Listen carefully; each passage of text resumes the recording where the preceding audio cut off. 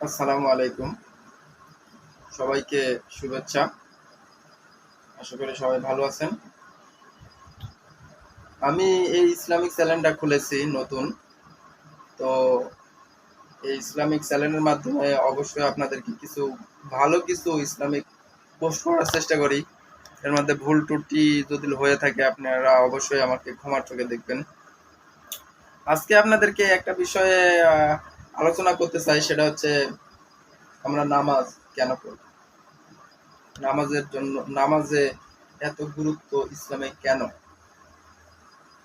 একটা মানুষ বা একটা হিন্দু যখন মুসলমান ধর্মে আসবে, যদি সকাল ৯টাতে ইসলাম ধর্ম গ্রহণ করে, তাহলে তার জন্য দুপুরের নামাজ পড়া ফরজ, নামাজ বাধ্যতামূলক ফরজ। তো এত গুরুত্ব এই নামাজের কেন? মহানবী সাল্লাল্লাহু আলাইহি সাল্লাম মৃত্যু শয্যায় বলে গেছেন, তোমরা নামাজ পড়বে, নামাজ ছাড়বে না। নামাজ নামাজ নামাজ করে তার পুরা জিন্দেগিটাকে সে বিলিয়ে দিয়ে গেছেন পৃথিবীতে তার উম্মতের জন্য। তাহলে নিশ্চয়ই নামাজের অনেক গুরুত্ব আছে। আর এই নামাজ আমরা পড়ি না। কয় পার্সেন্ট লোক পড়ি না? অধিকাংশ লোকই নামাজ পড়ি না। অধিকাংশ লোকের এই নামাজ পড়তে ভালো লাগে না। আসলে অধিকাংশ লোকই জানে না আমরা নামাজ কেন পড়বো, নামাজ পড়ে আমাদের লাভ কি। প্রিয় নবী মুহাম্মদ সাল্লাল্লাহু আলাইহি সাল্লাম এত যে নামাজের গুরুত্ব দিয়েছেন, নামাজটা পড়ে কি আল্লাহ তাআলার কোনো লাভ আছে? আমি নামাজ পড়লে কি আমাদের প্রিয় নবী সাল্লাল্লাহু আলাইহি সাল্লামের কোনো লাভ আছে? নাই। আমি যদি নামাজ পড়িও তার কোনো লাভ নাই, আমি যদি নামাজ নাও পড়ি তবুও তাদের কোনো লাভ নেই। এই নামাজটা শুধুমাত্র আমাদের জন্যই, আমাদের লাভের জন্যই আল্লাহ তাআলা করেছেন। আমাদের লাভের জন্য আমাদের প্রিয় নবী সাল্লাল্লাহু আলাইহি সাল্লাম বলছেন তোমরা নামাজ পড়ো। নামাজের এত পরিমাণ গুরুত্ব দিয়েছে, সেই জিনিসের কোনো বিকল্প নেই। নামাজের কোনো বিকল্প নেই। কিন্তু আমরা নামাজ পড়তে চাই না। অনেক বৃদ্ধ মানুষ আছে যারা নামাজ পড়তে চায় না। অনেক সন্তান আছে, ছোট ছোট পোলাপান আছে, নামাজ পড়তে আগ্রহী না। বড় হলে তারা নামাজ পড়ে না। এরকম অনেক লোকজন আছে যারা নামাজ পড়ে না। নামাজ আসলে জানেই না যে নামাজটা আমরা কেন পড়ি। আমাদের চারিদিকে অশ্লীলতা, ফোন থেকে শুরু করে ডানে বামে চারিদিকে অশ্লীলতা। ফোন খুললেই ফেসবুকে অশ্লীলতা, ইউটিউবে অশ্লীলতা। অনেক প্ল্যাটফর্ম আছে। আপনি যদি চোখের সামনে, আপনি যদি ইচ্ছাও করেন যে আমার চোখের সামনে আমি অশ্লীলতা নিয়ে আসবো না, তবুও চলে আসবে এক টাইম না এক টাইম। আসবেই, আসবেই।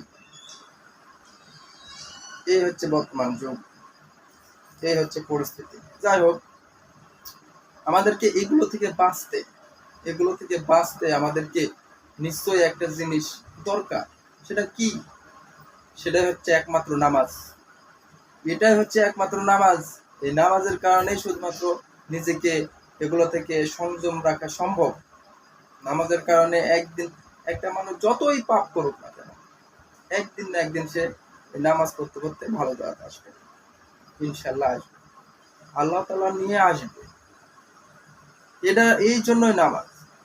নামাজ শুধুমাত্র ওই 5 বার আমরা আল্লাহ তাআলার কাছে আত্মসমর্পণ করলাম, মজা পেলাম না, এটা নামাজ না।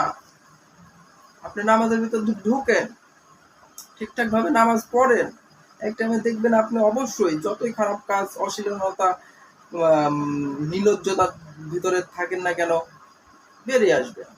এটা হচ্ছে আল্লাহ তাআলার কুদরতে আপনাকে নিয়ে আসবে, কনফার্ম নিয়ে আসবে। আল্লাহ তাআলার রহমতে আপনাকে নিয়ে আসবে। এই জন্যই নামাজের প্রতি এত গুরুত্ব দিয়েছেন।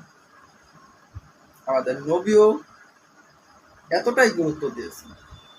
এবং পরিশেষে আমরা সবসময় আল্লাহ তাআলার কাছে এই দোয়া করব যে হে আল্লাহ, আমাদেরকে অবশ্যই সবসময় আমাদেরকে এবং আমার পরিবার পরিজনদেরকে আপনি অবশ্যই নামাজি বানাবেন। আমাদের প্রিয় নবী হযরত মুহাম্মদ সাল্লাল্লাহু আলাইহি সাল্লাম তার সারাটা জিন্দেগি এই নামাজের পিছনে, নামাজে তার উম্মতদের নামাজ প্রতিষ্ঠার কারণে তার জিন্দেগিটা শেষ করেছে। তাহলে নিশ্চয়ই এই নামাজের এই গুরুত্ব আছে, চোখে দেখতে পাই বা না পাই আছে। যাই হোক, ভিডিওটা দীর্ঘায়িত করতে চাই না।